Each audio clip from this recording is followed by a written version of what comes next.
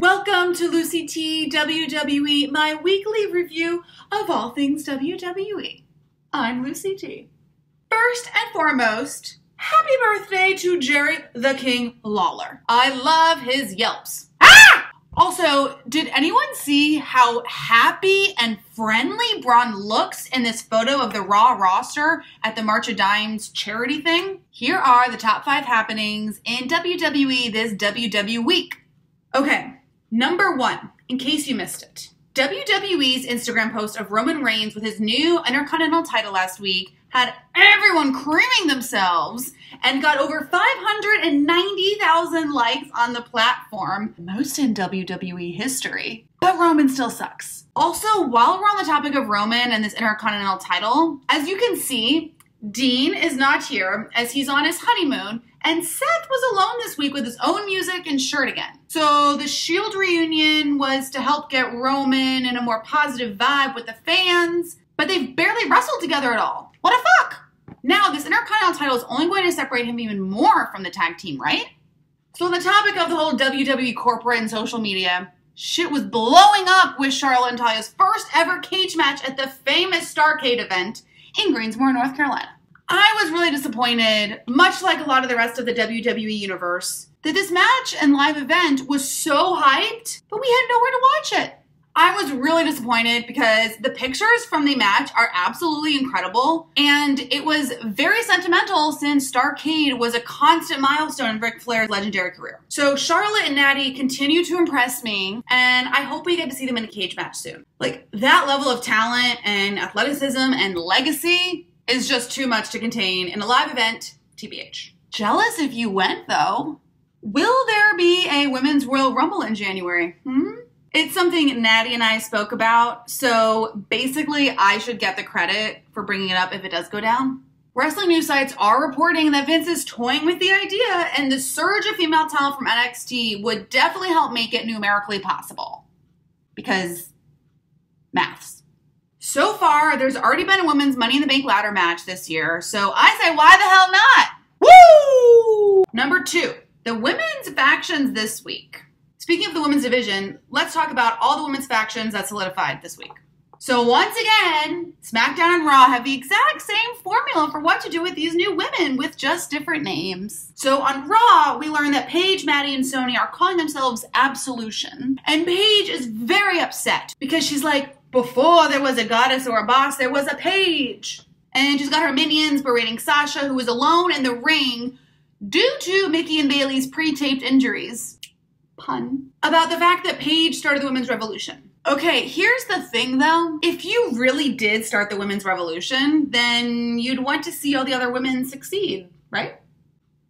Just saying. I do like though that even though SmackDown and Raw are basically following the same very complex scientific and mathematical formula, it is giving some dynamic segments to the women's division. So I hope that they're actually setting up for some really great matches in the future, and don't just keep running their mouths and stomping on the other women in the division in the locker room. We have yet to really see them wrestle, since it's just been like girl gang initiation fights. Those are no joke. Sasha also has a moment where we see her consider joining them, and I'm glad she didn't, because I'd like to see her much needed heel turn to be more deeply rooted in the storyline with Bayley though. So over on SmackDown, we learn that the name of Ruby Riot's girl gang is Riot Squad, tooties, and Natty leaves Charlotte and Naomi to fend for herself. And Natty leaves Charlotte and Naomi to fend for themselves. Which I'm also glad about because I did not want to see Natty just get along with the two of them for no reason. I could see her, like long game, befriending the Riot Squad and then turning on them. So number 3. Elias is the new Miz?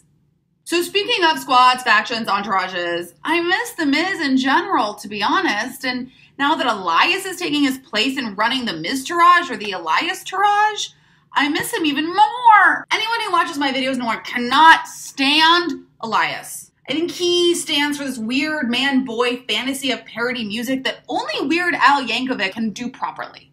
When I interviewed The Miz, check it out here, we spoke a lot about his character development with Paul Heyman and what it meant to him to help Curtis Axel and Bo Dallas and get them a lot more visibility and improve their promos. So I think The Miz would be turning in his grave. I mean, in his plush trailer for the Marine 6. Okay, number 4. There were a lot of surprise attacks this week. Surprise attacks between friends, ramp attacks between enemies, and the first biggie, and now I never thought I would be spotlighting the Hype Bros in any of my videos.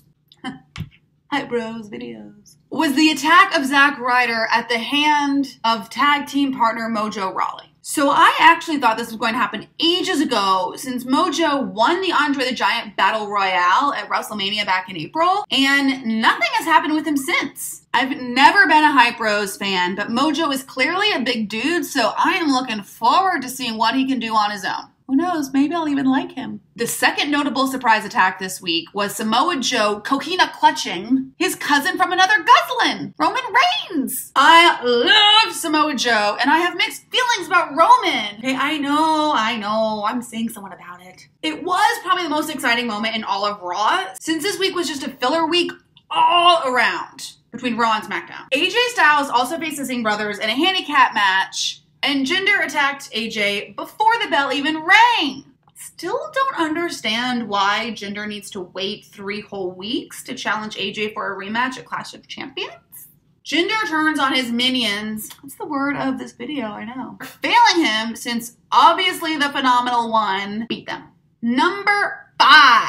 Zayn/Kane events. Both Raw and SmackDown had similar endings with matches that took a turn thanks to some kind of interruption. On Raw, Finn Balor came down to join the fun between Kane and Jason Jordan. Sorry, blatant boredom. I definitely think Finn Balor needs more of a push, but I'm honestly bamboozled as to why Kane was even on the same level or caliber or in the same ring as Jason Jordan. What the fuck? And on SmackDown, Sami Zayn interfered in a match between Kevin Owens and Randy Orton. The match between KO and Randy Orton was a no DQ match. So even though Shane O'Mac banned Sami Zayn from ringside, it was no DQ. What the fuck? There was lots of kendo stick action, which was cool, I guess. Kind of lost a lot of respect for Sami Zayn, though. After KO leaves you hot and dry at the end of last week's Lumberjack match with the New Day, you still come back to save his ass? You are in a toxic relationship, girl, and you are better than that. You can do better than KO. Or can you? Also have to say that KO's bouncing and leaving the match, something he's now done twice in 2 weeks, isn't really inspiring much confidence in Daniel Bryan putting his own job as general manager on the line for KO and advocating for his talent and importance of his presence on the SmackDown Live roster. So who won this week? Honestly, this week had more fillers than a Kardashian face. So I'll give SmackDown the win simply because it was an hour shorter and I lost an hour less of my life. Sorry, not sorry. Sign of the week goes to Kevin Owens. More like Schmevin Schmoens. That is all we have for today. Thank you so much for tuning in. And don't forget to check out my interviews with Natty and The Miz. Lots from this week that are kind of all intertwined up in there. And don't forget to subscribe and follow me on Instagram and Twitter for all my other updates. Peace!